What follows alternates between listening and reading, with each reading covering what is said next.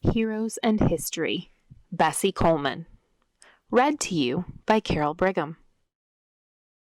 People fly in airplanes every day. They fly for work and travel. They go to visit new places and see family members. Anyone can learn to fly a plane. Children will often say they want to be a pilot and fly planes when they grow up. Over 100 years ago, flying an airplane was still very new. In the United States, Black women could not go to flight school. They could not learn how to fly planes or get a pilot's license. But that didn't stop Bessie Coleman. In 1921, Bessie became the first African American and Native American woman to get a pilot's license. Then she spent the rest of her life trying to open a flight school that would teach Black men and women to fly airplanes. Young life. Elizabeth Bessie Coleman was born on January 26, 1892, in Atlanta, Texas. She had 12 brothers and sisters. Her mother was African American and worked as a maid. Her father was African American and Native American. He worked as a sharecropper. Bessie's family did not have a lot of money. When she was 2, they moved to Waxahachie, Texas. During harvest season, Bessie had to help her family pick cotton. She dreamed of doing something more with her life. She started school in Waxahachie when she was 6. She had to walk 4 miles to get to school every day. The school was segregated and only had one room. Most days, the students didn't even have paper and pencils. Bessie loved to read and was very good at math. In 1901, Bessie's father moved to Oklahoma, to Indian Territory, to find a better job. He wanted his family to move with him. Bessie's mother did not want to go. She, Bessie, and the other children stayed in Texas. When Bessie was 12, she got a scholarship to go to school at the Missionary Baptist Church School. When she was 18, she went to the Colored Agricultural and Normal University in Langston, Oklahoma. It is now called Langston University. She finished 1 semester.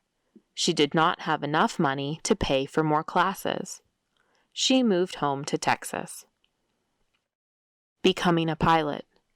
Bessie wanted a better life. In 1915, she moved to Chicago. 2 of her brothers lived there. She hoped she could find a better job there. She went to beauty school. She became a manicurist in a barber shop. In Chicago, she heard stories from pilots coming back from World War I. She decided she wanted to fly. Her brother teased her because French women could fly, but she couldn't. She was determined to learn. She applied to flight school in the U.S. The schools would not accept her because she was a Black woman. Most flight schools did not accept people of color or women at that time. She needed to go to France. Robert Abbott encouraged her to go. He was one of the first African American millionaires. He gave her some money for her trip. She also withdrew the money she saved from working 2 jobs. She learned French so she could fill out French flight school applications. Finally, on November 20, 1920, she left for Paris, France. She was the only Black student in her class. She worked hard and learned to fly. In June 1921, she got her international pilot's license. Then she spent the next 2 months learning from a French pilot. In September 1921, she was ready to go home. Her career. Bessie wanted to buy her own plane. She also wanted to open a flight school for African Americans and women. She flew in air shows where people paid to watch her fly. She would only fly in air shows that were not segregated. She wanted everyone to be able to see her fly. She worked hard to fight racism.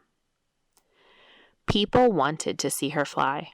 She learned how to do tricks in her plane to make money. She flew in figure eights and loops. In February 1923, the engine in her plane stopped working and she crashed. She broke her leg and 3 ribs. It took some time for her to heal. By 1925, she was doing dangerous tricks in her plane again. On April 30, 1926, Bessie was practicing for a show. Her mechanic was flying the plane, and she was in the other seat.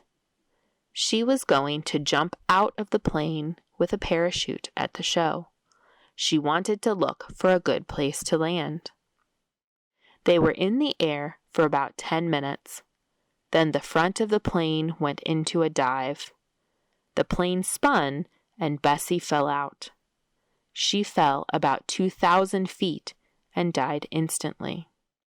The plane crashed and her mechanic died too. Bessie Coleman was only 34 years old. Inspiration. Bessie Coleman inspired many African Americans to be aviators. Astronaut Dr. Mae Jemison was the first African American woman in space.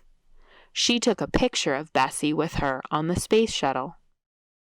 A group of African American pilots fly over her grave every year to remember her.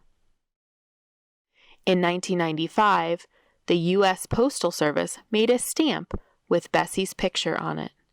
The stamp was part of a series of stamps honoring Black heritage and famous African Americans. This month, a U.S. quarter with Bessie Coleman's picture will be released. She was chosen as one of the women in the American Women Quarters program. For more information about Easy English News and to subscribe to our digital or paper copies, visit our website, easyenglishnews.com.